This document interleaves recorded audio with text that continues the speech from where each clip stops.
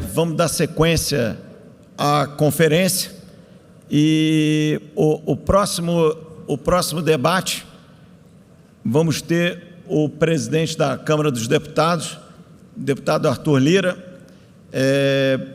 O presidente Arthur Lira tem sido um líder na implementação das reformas aqui no Brasil. Ele deu sequência à agenda reformista que vinha sendo implementada há alguns anos e deu sequência com convicção, né? No fundo, a Câmara aprovou ainda mais reformas daquelas que foram sancionadas. E o presidente Arthur Lira ele tem se pautado por uma qualidade muito especial, que é saber dialogar, saber ouvir, conversar com os diversos setores da economia, está frequentemente aqui em São Paulo para sentir o pulso, onde é que está o fio terra. Isso é um enorme mérito. E tem liderado a Câmara dos Deputados e, de uma certa maneira, o próprio Congresso Nacional, num debate que não cai na tentação dos populismos, entende as ansiedades da sociedade, entende os limites do orçamento e tem o compromisso de pensar o Brasil muito além do seu mandato de presidente da Câmara. Então, presidente Arthur Lira, muito bom o Brasil contar com a liderança política, com essa maturidade, com esse bom senso e com esse foco no longo prazo. Então, por favor, vamos ter entrevistando o presidente Arthur Lira, Lucas Amorim, editor-chefe da revista Exame. Bom dia a todos. Bom dia, presidente, é um prazer falar com o senhor aqui no palco.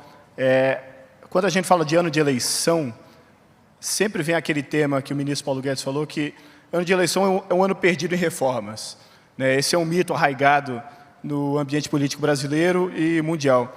Esse ano que a gente tem o Carnaval em abril, a gente tem um desafio adicional de fazer com que o ano não comece em abril e termine às vésperas do pleito, né? Então, eu queria começar esse debate.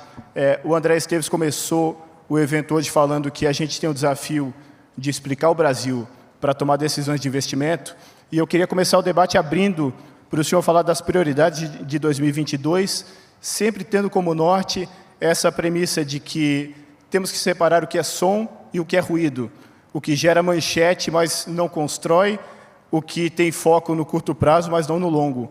Então, eu queria abrir para o senhor delinear e explicar os principais projetos e pautas do senhor no Congresso esse ano, e depois a gente vai entrando em cada um deles. É um prazer.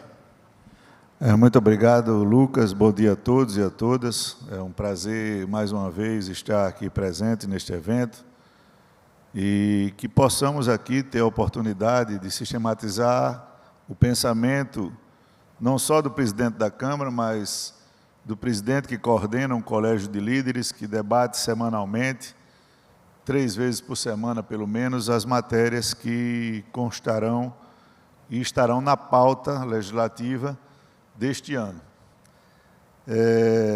Algumas versões da política a gente sempre procurou combater, Lucas. Tivemos um ano de 2021 muito intenso, com votações na Câmara muito provocativas, enfrentando versões históricas de alguns projetos e teses que há muito tempo ali estavam paradas.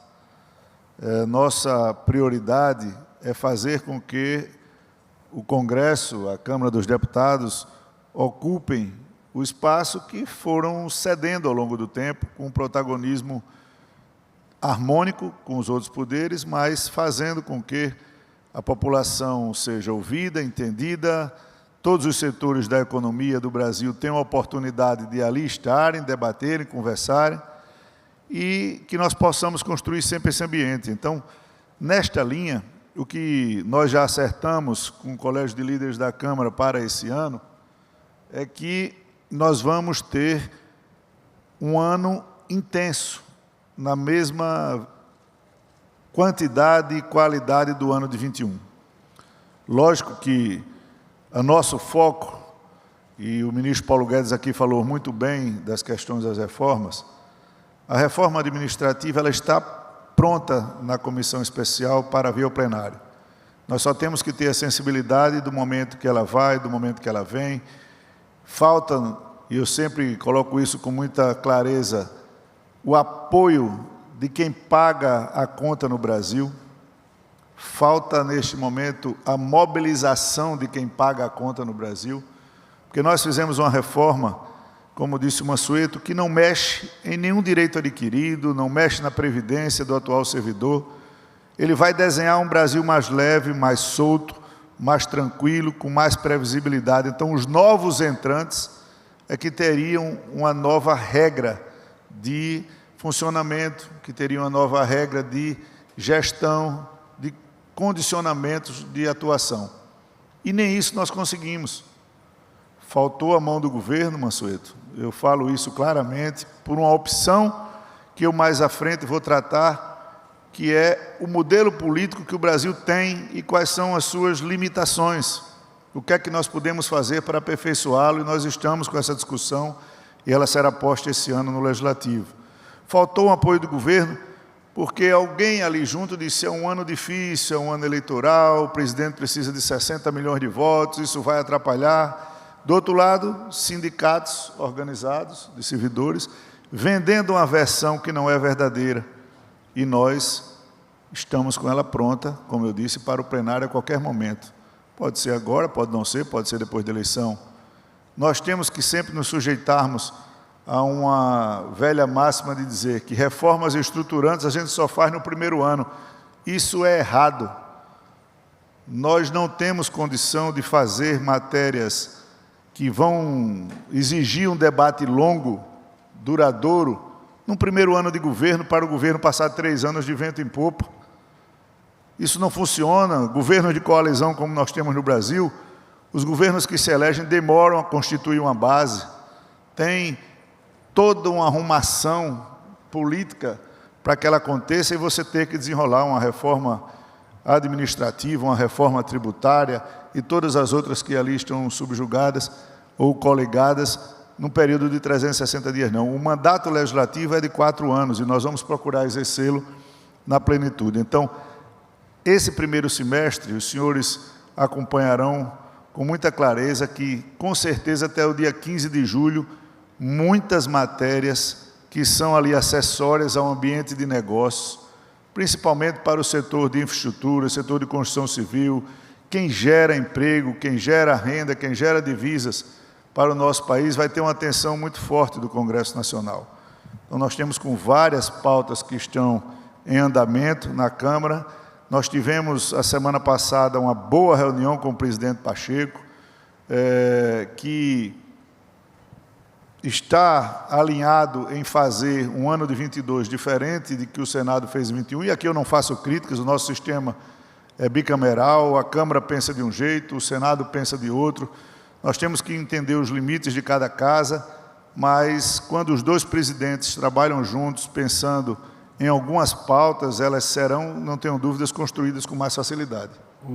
Presidente, a gente pode detalhar algumas delas? O senhor falou de reforma administrativa, reforma tributária, a gente tem privatizações também no radar, questões mais urgentes como combustíveis, e esse grande debate sobre preços e o desafio entre construir o longo prazo sem minar o curto prazo. Tem um risco de excesso de demandas e a gente vê uma agenda tão dividida que a gente não consegue avançar concretamente em nenhuma frente. Como que o senhor está trabalhando essas pautas? Qual que é a prioridade 1, 2 e 3 para esse ano? Olha, nós já esse ano liberamos praticamente, a Câmara funcionou em cima de pautas de frentes que tratam de assuntos temáticos, que tem muito peso naquela casa. Tem frentes da saúde, frentes da educação, frentes da agricultura, tem as ambientais, tem as evangélicas, tem a do esporte. Então, tem diversos assuntos que são encaminhados, principalmente. Tem a nova frente do empreendedorismo, que vem com pautas que interessam a todos os setores. Há uma discussão agora com relação a combustíveis. Então, o que é que está claro na conversa que eu tive com o presidente do Senado? Se nós resolvermos alguma coisa, será no PLP 11, que foi votado na Câmara e está no Senado. As PECs estão definitivamente afastadas. Se houver alguma modificação, será sobre diesel e gás de cozinha, não é? Ali serão tratados também as questões do ad-rem do ICMS para combustíveis para os estados, e não num período de 2 anos, talvez num período de uma média de 5 anos. Nem pega o ano mais baixo, nem pega o ano mais alto, pega uma média dos 3 últimos anos, com a condição de você fazer ali um planejamento e com prazos para que os governadores tentem implementar. Eu sempre disse e repito, não é e nunca foi e não será o ICMS que startará preço de combustível. Mas num ano como tanta repartição de recursos, num ano onde a inflação ajudou muito na arrecadação dos municípios e dos estados com a questão dos impostos, principalmente do ICMS, é importante que os governadores deem a sua parcela de contribuição nessa discussão. Então, o Congresso, através do que está sendo votado lá no Senado, deverá se comportar com relação à votação do PLP 11. Acredito que pode ser essa semana, e se tiver alterações, ele volta para a Câmara para que a gente possa ali arredondar, mas numa conversa já prévia. Nós temos um projeto de lei muito importante, enviado pelo Executivo, inclusive com urgência constitucional, que é o 4188, que trata das garantias. Melhora o crédito, facilita a vida de quem tem que transacionar empréstimos, tanto nos setores agropecuários, quanto nos setores que geram empregos de infraestrutura, enfim, todo o empresariado, que facilitam e ajustam ali as garantias com os créditos nos bancos e nas entidades financeiras. Agregado a isso, a MP 1085, o que é que nós pretendemos fazer? Pedir ao governo que tenha sensibilidade, retire a urgência constitucional desse projeto de lei e que nós possamos votar o texto do projeto de lei 4188, incutido dentro da MP 1085, na sua totalidade, é um projeto muito bom, e a gente vote a MP 1085, que facilitará muito a desburocratização destes setores de registro de imóveis, de garantias, enfim, é uma pauta que facilita muito o ambiente de negócio. Nós temos o marco do setor elétrico, PL 414, e está ultimando na mão do relator. Nós tivemos uma crise energética, quer dizer, anunciada, né? Ela não se concretizou, mas nós tivemos a falta de chuvas, aumento de tarifas, as alternativas vêm se demonstrando como eólicas e as termoelétricas e as solares, que no nosso Nordeste precisam de linhas de transmissão. Eu conversava ontem com o ministro Bento, preocupado com alguns projetos que estavam tramitando no Senado, e perguntava a ele dos investimentos sobre linhas de transmissão no Brasil. Deputado, nós vamos levar 6 anos, 7 anos para aumentar na sua plenitude a linha de transmissão. Mas por que, ministro Bento?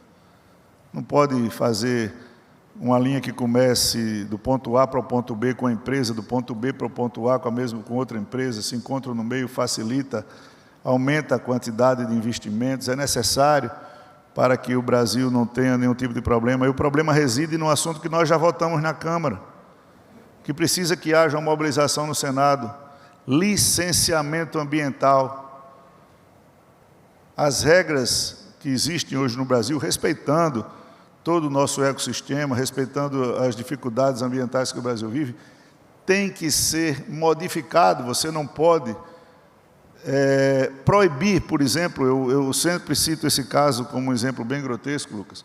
A construção de uma estrada de uma BR no Maranhão está paralisada há anos, porque ela passa a 150, 200 quilômetros de uma possível reserva quilombola que ainda não foi demarcada.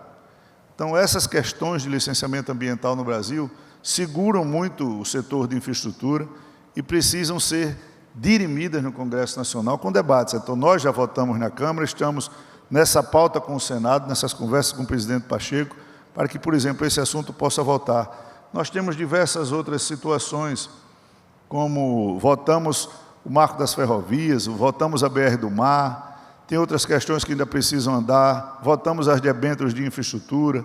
Então, são matérias que não são constitucionalmente importantes, não são PECs, mas elas melhoram em muito o ambiente de negócios do Brasil e nós precisamos focar para que essas matérias continuem andando ainda neste ano, que é um ano eleitoral, é um ano que nós vamos ter muito embate, muita discussão, mas é um ano alegre, é um ano da democracia, é um ano onde nós todos, em outubro, vamos exercer o direito a voto e saber o que é que nós queremos para o Brasil nos próximos 4 anos.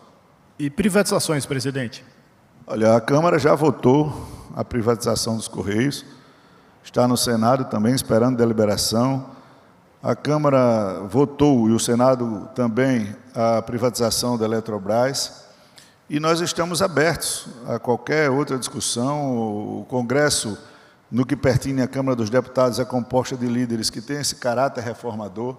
Nós temos que aproveitar esse momento. Já há o comprometimento, como eu disse aqui e repito, de termos uma intensidade de trabalho normal esse ano, respeitando, lógico, eu não vou ser aqui o tópico de dizer que eu vou conseguir trazer, ou ninguém vai conseguir trazer todos os deputados em julho e agosto. Aliás, em agosto e setembro. Mas nós vamos fazer, pelo menos nesses 2 meses, cada mês, uma semana intensiva, com as pautas já acertadas, previamente debatidas, consensuadas, de segunda a sexta, pelo menos nesses 2 meses. Então, até julho, normal, até 15 de julho, trabalho normal, votações normais, pauta fluindo, andando, discutidas, né? E agosto e setembro com uma certa refluição, mas com uma semana de serviços intensos e volta depois da eleição com tranquilidade. O que eu ia perguntar, esse calendário é um típico ano atípico. Muita gente fala que algumas das principais reformas vão ficar só para depois das eleições. Esse período, novembro e dezembro, vai ser o período mais intenso do ano? Ou vocês estão trabalhando com meses intensos também, como o senhor falou até julho? Não. Há uma vontade, nessa conversa que nós tivemos, eu e o presidente Pacheco, de que o Senado starte a 110. Né? Está na mão do Senado, o relator Roberto Rocha. Nós votamos o projeto do IR, polêmico, difícil. Lógico que nessas matérias tributárias nós nunca temos consenso sobre todos os aspectos, mas a direção que o projeto apontou ela é correta. Eu tenho tranquilidade com relação a isso. O sistema tributário brasileiro é muito complexo, com muitas nuances, com muitas subvenções, com muitas isenções, com muitos tratamentos a setores que ao longo de uma vida aconteceram. E você mover essas placas tectônicas, elas sempre causam ali e acolá um tsunami. É normal que isso aconteça. Nós estamos esperando que o Senado se pronuncie com relação a 110. A CBS já tem relatório. Nós não disponibilizamos porque decidimos não colocar a CBS na mesa enquanto o Senado não der um posicionamento da PEC 110 para que a gente possa, num combo do IR que já foi aprovado, com mais a 110 e a CBS, a gente possa fazer uma junção ali de legislação que permita que o sistema tributário ocorra de maneira mais justa e mais simples, né? Mas o que, nesse caso, vai demandar a mobilização do Senado. Importante também dizer que, nesse caso, 2/3 do Senado não disputarão a eleição esse ano, em tese. Um ou outro senador disputará um mandato de governador, mas o presidente do Senado tem a estabilidade de quórum para que, num ano como esse de eleição, ele tenha mais tranquilidade do que a Câmara. Por isso, eu acredito que, dependendo da boa vontade dos senhores líderes, ele tem como entregar para a Câmara a matéria da PEC 110, que o trâmite no Senado é muito mais rápido. Presidente, o André Esteves, na introdução da nossa conversa, falou que o senhor, para além de um presidente da Câmara, é um pensador do Brasil.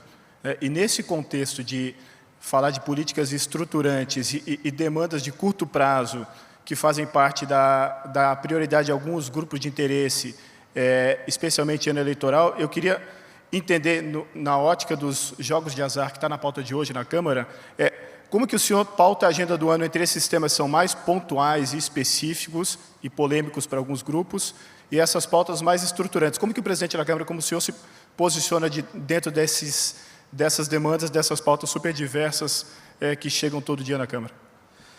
Bom, em primeiro lugar, eu queria dizer aqui que nós temos na pauta da Câmara 40 mil projetos de lei. Então, são projetos que ficam ali naquele acervo e a gente tem que priorizar alguns temas.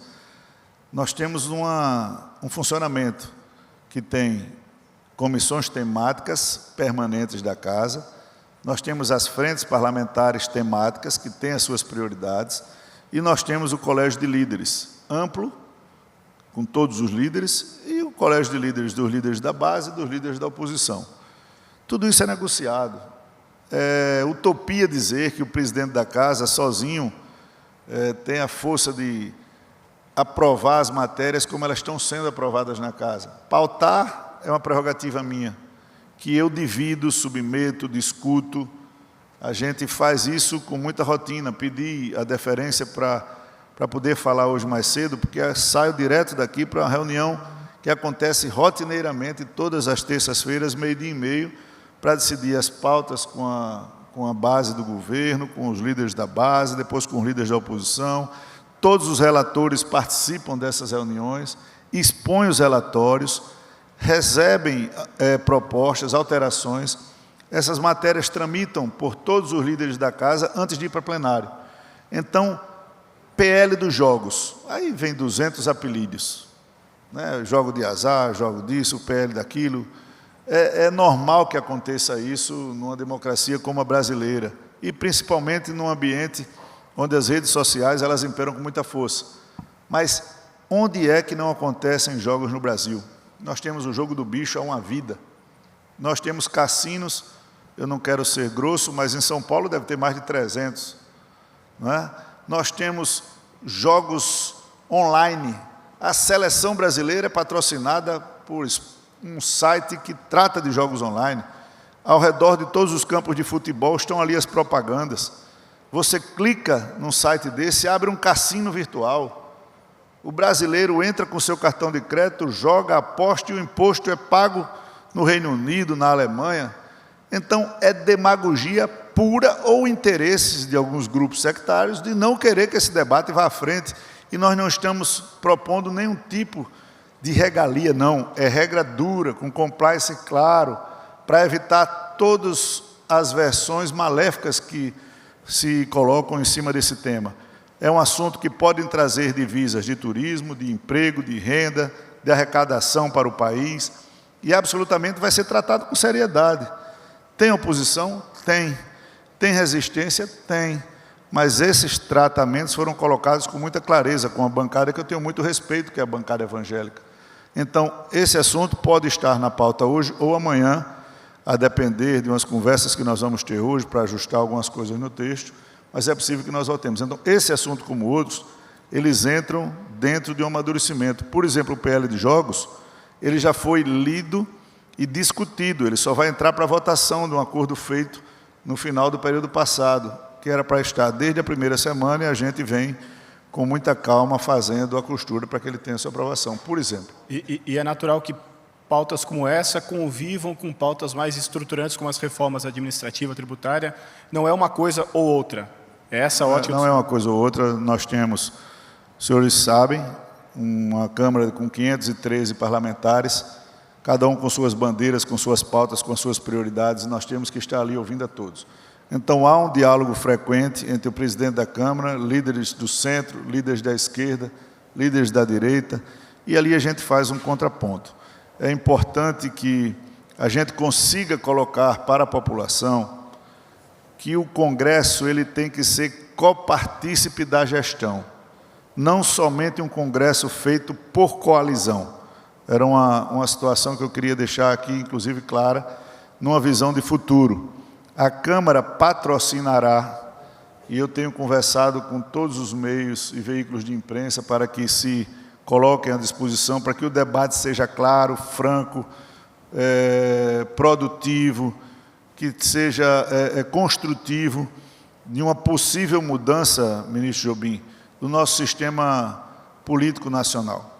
Que nós tenhamos a oportunidade de discutir com previsão para 2030, se nós queremos fazer uma possibilidade de alteração do presidencialismo para o semipresidencialismo.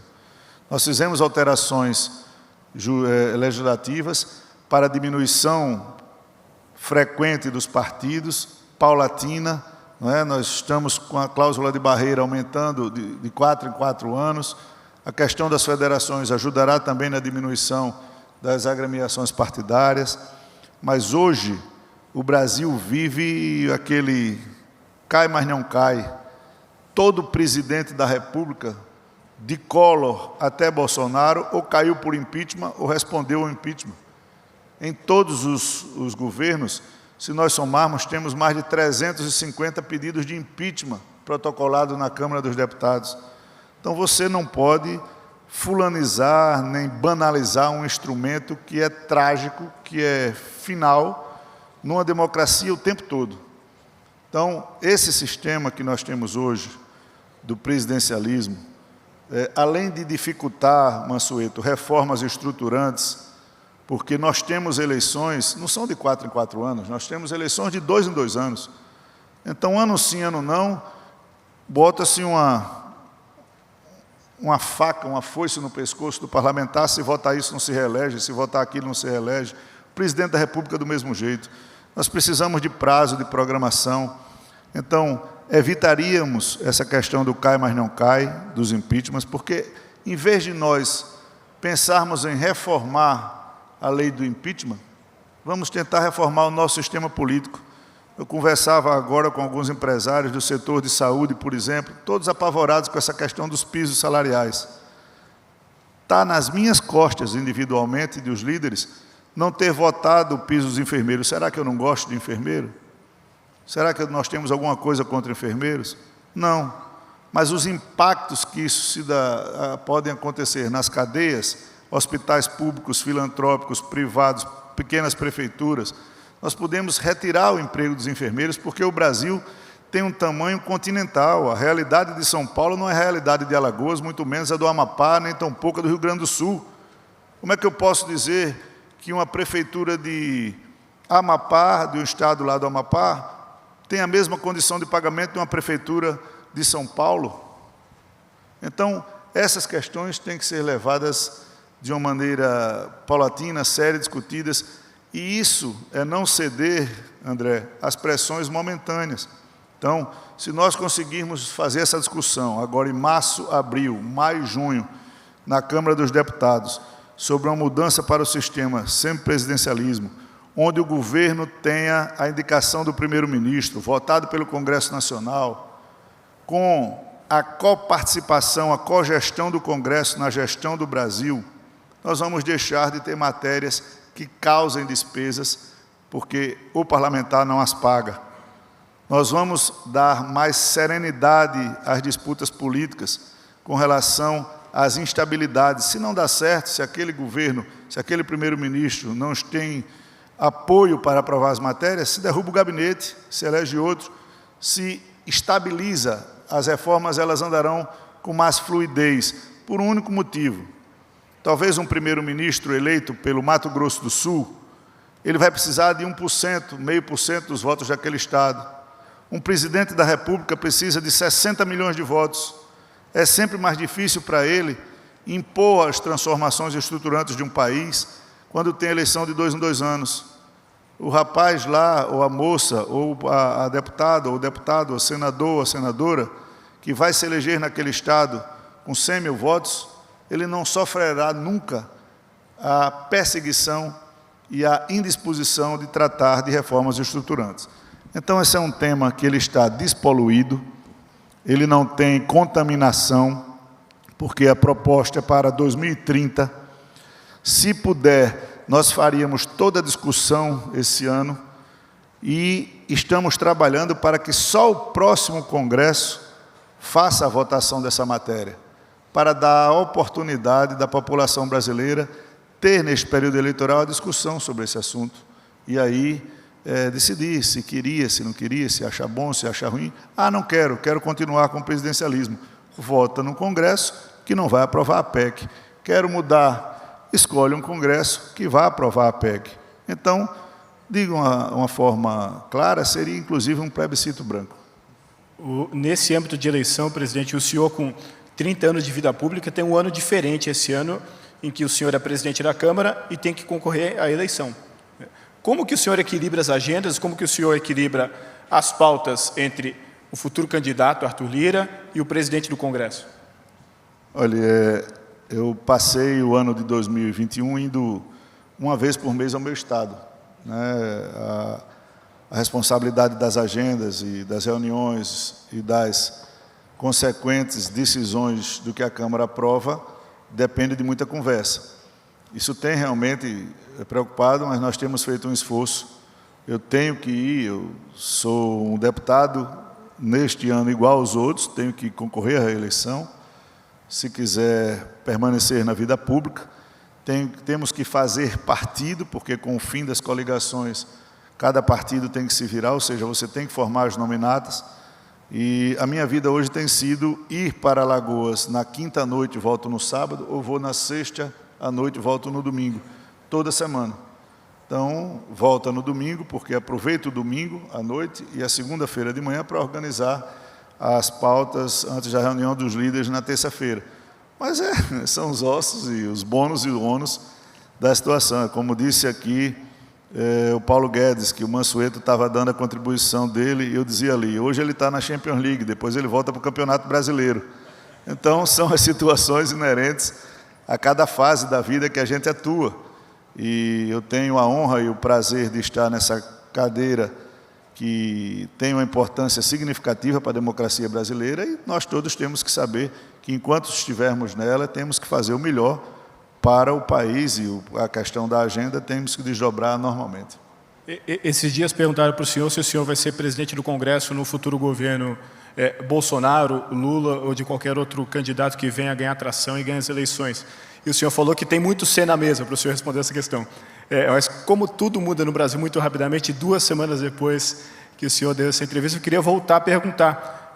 O senhor está construindo as bases para ser presidente do Congresso também no próximo ciclo?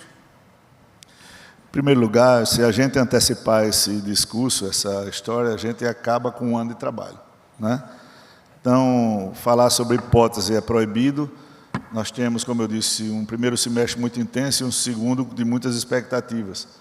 Nós temos que quebrar ainda alguns paradigmas e fazer com que as coisas aconteçam. Então, nós não tratamos de reeleição. Quem chega nesse momento, chega querendo resolver alguma coisa, ou te impor algum limite, ou arrumar alguma pauta, ou fazer alguma gestão. Então, se nós evitarmos esse assunto internamente, e eu evito, né, você fica mais imune, mais imparcial, mais livre para tocar as pautas que a presidência da Câmara precisa tratar. Então, nós estamos muito longe ainda da eleição. Se você falar em pesquisas quantitativas hoje, o cenário é todo mundo sabe, tem visto as pesquisas, mas em política tudo é muito rápido, tudo é muito fugaz. O ambiente econômico eu acredito que vai melhorar muito nesse país.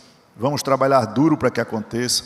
Não vamos instabilizar nenhum tipo de votação que põe a risco teto de gastos, que desenfreie a questão do dólar, que vai mexer com taxas de crescimento. Nós vamos medir todos os passos previamente para que o Congresso trabalhe sempre com a previsibilidade de não mexer no ambiente de negócio, não mexer na economia, não interferir para instabilizar o cenário.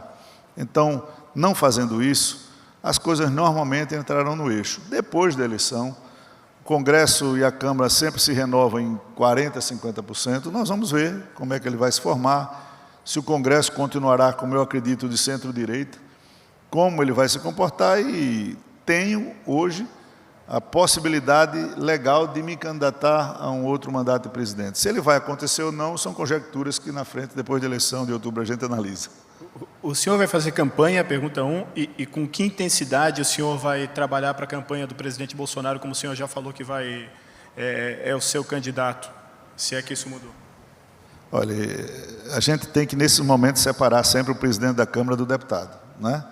Então, enquanto presidente da Câmara, por exemplo, o presidente do meu partido é o ministro da Casa Civil. Hoje ele está licenciado do partido.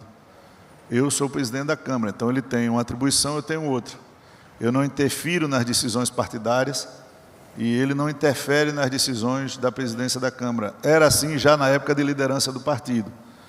Então, lógico que, por questão de coerência, eu não fujo. Se eu tenho o presidente do meu partido, ministro da Casa Civil, se o meu partido é da base do governo, o deputado Arthur Lira, no Estado, por coerência, deverá fazer campanha para o presidente Bolsonaro. Eu espero que o governo realinhe, eu espero que as coisas entrem no eixo, eu espero que a gente consiga ultrapassar algumas dificuldades e que nessas situações todas, as opções políticas de cada parlamentar se restringam e se adstringam à eleição dos seus estados.